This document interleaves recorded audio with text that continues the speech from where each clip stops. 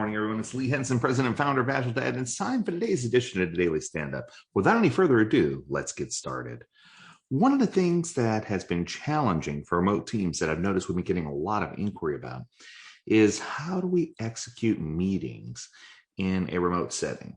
You know, when we were all together, it was just so easy to have everyone there and to execute the meetings accordingly, to time box things, to know how to energize the room. There was just a lot of positive things that we could do. But now with everyone being completely distributed and completely remote, it feels like we may have lost the magic or lost a little bit of the touch that we had before. So I hope that we can kind of zoom in and share some good information with you.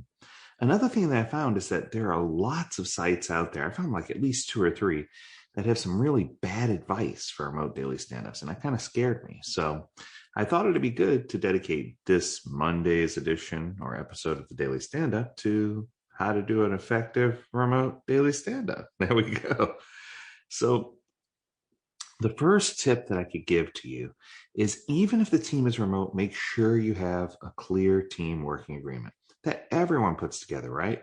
When you're working on a remote Scrum team, it requires you to have a new set of engagement terms, right? And I want to make certain that the team understands that, for example, when we do our daily stand-up, that we're all going to commit to have our video on. I know that's a lot of pressure for some teams who are working international, but I think it's important that we all come to an agreement. We're going to time box the meeting to not last any longer than 15 minutes. That we're going to do the majority of the work we can outside of this meeting and reserve this meeting as a time for us to catch up quickly and have time to do the things that we need to do to help resolve impediments, etc. So step number 1 is make sure you have a clear team working agreement that highlights how you're going to execute in this meeting and what your expectations are. The second item is actually find a way to make the meeting interesting. Now, there are lots of games and interactive things that you can do online. Some people allow for social time. The truth is, we all miss those conversations, the hallway conversations, right? So I think it's important to encourage team members to talk to each other, to continue to get to know each other. Allow people to join a little bit early if you have the time, as long as you got a squirt in between. Promote them, having a little bit of conversation about social things before diving into business. You know, when you're working with a team in India, make sure you find out, how the Cricket World Cup's going. When you're working with a team in Australia, talk about how the All Blacks are doing in New Zealand or whatever the case may be. The point is, there's always some time for something social that we can do. Yes? Okay. Number 3, use a digital project management platform. There are too many people out there who are trying to get everyone on a call at the same exact time.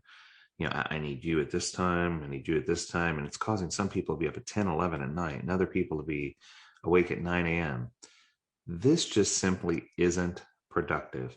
What I'm finding is when you're using tools, especially Microsoft tools or Jira or Rally or version 1 or whatever tool you're using, what I'm finding is that while they have really good boards that you can use and platforms you could use to host your daily stand-up, that oftentimes what we're seeing is that requiring people to come in at those strange times it's daunting at best, right?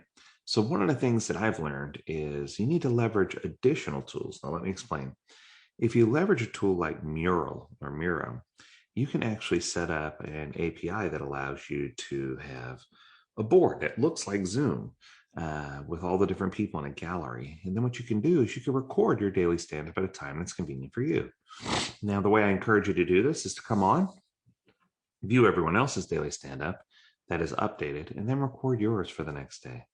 And then other people will log in, view all the other daily stand-ups, and record theirs. What this does is it allows for healthy conversation. It allows you to establish some sort of culture. It encourages you to have your camera on because you're the only one there. And it allows you to really get a bird's eye view into everything that's going on, and it allows you to work real time around the clock.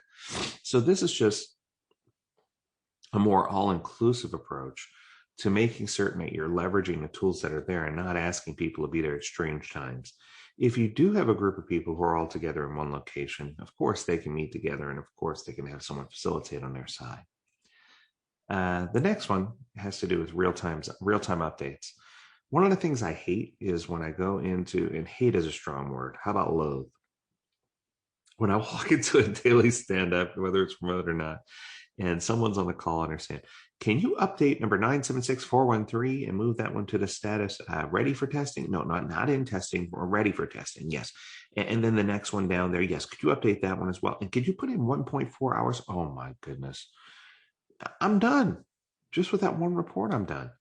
We need people to update things outside of this meeting so that we're not spending time here with the distributed team trying to update our tool. We need to make sure we have real-time updates. We need to make sure we're keeping things up to date. We need to make sure we're on point. Yes. Another good rule or guideline is if you are going to do this live with everyone on the same call, maybe you're in a contiguous United States and everyone can be on at a certain time, use video. There's no replacement for body language.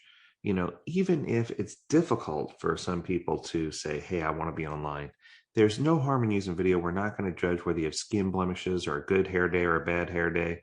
It's all a matter of just being online, being yourself, and producing a really, really good presentation. Now, the last piece of advice that I have is time box. Make sure this meeting is time boxed to 15 minutes. I usually say 30 seconds per person, not to exceed 15 minutes. Sometimes I'll throw up a desktop timer or a duck race timer just to keep things interesting, just so that I can run in the background so that people can become familiar with how fast 30 seconds is. We make sure we stay within our 15-minute guideline. There's lots of value to be had there. Now, many pages are promoting, or I shouldn't say pages, many organizations are promoting two things that I have a mixed review about. So I want to make sure I share both of those. The first one is recording the meetings. Now, some people say, oh, record the meeting. So if you're not able to attend or someone's not there, you could share it in a Slack channel or a Confluence page. Or I think that's a bad idea. All that does is encourage bad behavior. If you record your part of it and then record over it the next day, like we were discussing before for extreme remote teams, that's fine. But anytime you're recording the meeting so you have some type of output, one of my stern rules in this meeting is there should be no output to the daily stand-up. This is the team's meeting.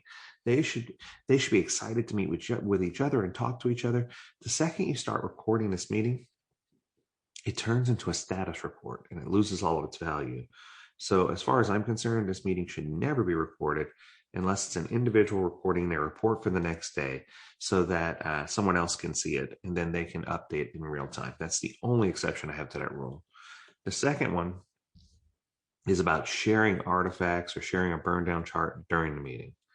I definitely feel like that's a bad idea. Let me explain why. The second you start putting stuff up on a screen, people are going to start paying attention to the screen. They're going to stop focusing on the thing at hand, and they're going to stop paying attention to each other. Now, at the conclusion of the report, once everyone's had an opportunity to do their talking, then it's a good time for us to share the burn down. The last one are the three questions.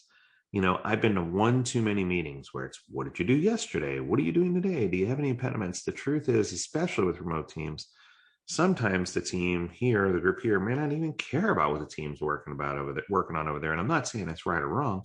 I'm just saying it's hard to put together a solid daily stand-up if that's the case. So my recommendation is to make certain that we have relevant questions that make sense that are going to keep people engaged. I think the key to having a successful daily stand-up is to remember that it's not what did you do yesterday, it's did you complete the things that you committed to do yesterday, right? And if not, why not? Because I think that's important. But I don't want to know what you did alternatively. I want to know what did you do to meet your commitment, right? The second one, instead of what are you going to do today, could be what do you commit to do today? That way it just kind of rounds it off and reminds people about the focus of this meeting. The focus of this meeting is not on output. The focus of this meeting is to meet our sprint goals, to meet our objectives, to make sure that we're all moving in the right direction, to make sure we're going to build a solid increment.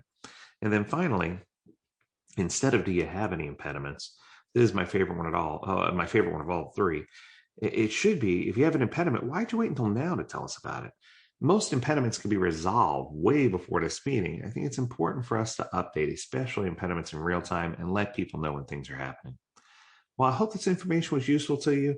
As always, we encourage you to visit agiledad.com where you can learn more about this topic and many others. And as always, we encourage you to stay healthy, stay well, and stay agile, my friends. Until next time, do take care.